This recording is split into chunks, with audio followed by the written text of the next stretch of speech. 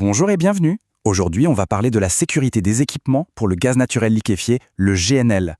Et pour bien comprendre, tout commence avec un seul chiffre. Un chiffre qui, vous allez voir, change absolument tout. Moins 162 degrés Celsius. Voilà le chiffre. C'est la température de stockage du GNL. Et attention, on ne parle pas juste de froid, on parle d'un froid cryogénique. C'est vraiment la clé pour saisir les risques qui sont totalement uniques à ces installations. Alors, entrons dans le vif du sujet, le défi cryogénique. Pourquoi est-ce que cette température si extrême est vraiment le point de départ de toute la réflexion sur la sécurité du GNL? En fait, c'est simple. À moins 162 degrés, le gaz naturel devient liquide. Son volume diminue de façon spectaculaire, ce qui le rend bien plus facile à transporter. Le problème, c'est que ce qu'on appelle le service cryogénique crée un profil de risque qui n'a rien à voir avec celui des équipements qu'on utilise tous les jours à température ambiante. Et c'est vraiment ça le point essentiel. Un service différent, ça veut dire des risques complètement différents. Cryogénique, ça ne veut pas juste dire très froid. Non, ça veut dire que le comportement même des matériaux, des joints, des soudures, des instruments, tout est chamboulé. Une petite faiblesse qui serait sans conséquence à 20 degrés peut se transformer en un point de rupture critique à moins 162. Ce qui nous amène, tout naturellement, à la question des matériaux. Concrètement, comment réagissent les métaux, comme l'acier, quand on les soumet à un froid aussi intense ? Eh bien regardez, un acier standard à température ambiante, il est tenace, il est ductile, il peut se déformer sans casser. C'est ce qu'on attend de lui. Mais à moins 162 degrés, certains aciers changent complètement de nature. Ils perdent cette ténacité et peuvent devenir aussi fragiles et cassants que du verre. On comprend tout de suite que le choix du bon matériau, ce n'est pas une option, c'est une question de survie pour l'installation. Du coup, pour éviter la catastrophe, les contrôles sont draconiens. Ça commence par des matériaux qualifiés, dont on a prouvé la performance au choc à très basse température.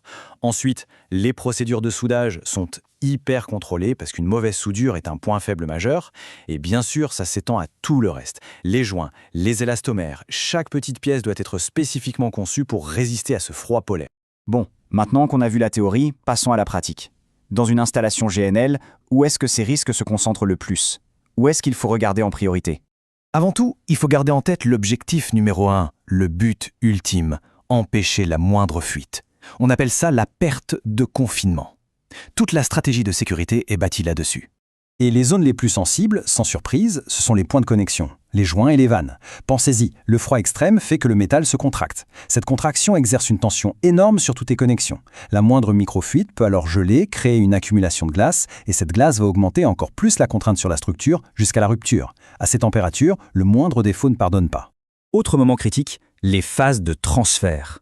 Chaque fois qu'on refroidit un équipement, qu'on le réchauffe ou qu'on transfère du GNL, on impose un choc thermique, des contraintes énormes sur tout le système. C'est souvent dans ces moments-là que les faiblesses, qu'elles soient dans la conception ou dans les matériaux, finissent par se révéler. Et puis il y a un point auquel on pense moins, mais qui est tout aussi crucial, les supports. Une tuyauterie qui se contracte de plusieurs centimètres à cause du froid, ça tire et ça pousse avec une force colossale sur ces supports. S'ils ne sont pas conçus pour absorber ces mouvements, eh bien, ils peuvent céder. Alors face à tous ces défis, comment on s'organise, comment on gère ce risque cryogénique de manière efficace? La réponse, c'est une approche en 3 niveaux. Cette approche, elle repose sur 3 piliers fondamentaux. D'abord, une conception proactive, c'est-à-dire qu'on pense au froid extrême dès la première esquisse. Ensuite, une inspection ciblée, qui ne se contente pas de chercher la rouille, mais qui traque les signes de fatigue spécifiques au service cryogénique.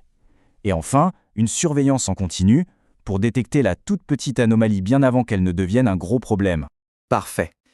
Pour finir, essayons de synthétiser. Qu'est-ce qu'il faut vraiment retenir de tout ça sur l'intégrité de ces équipements si particuliers ? Si on devait résumer en 3 points clés, ce seraient les suivants.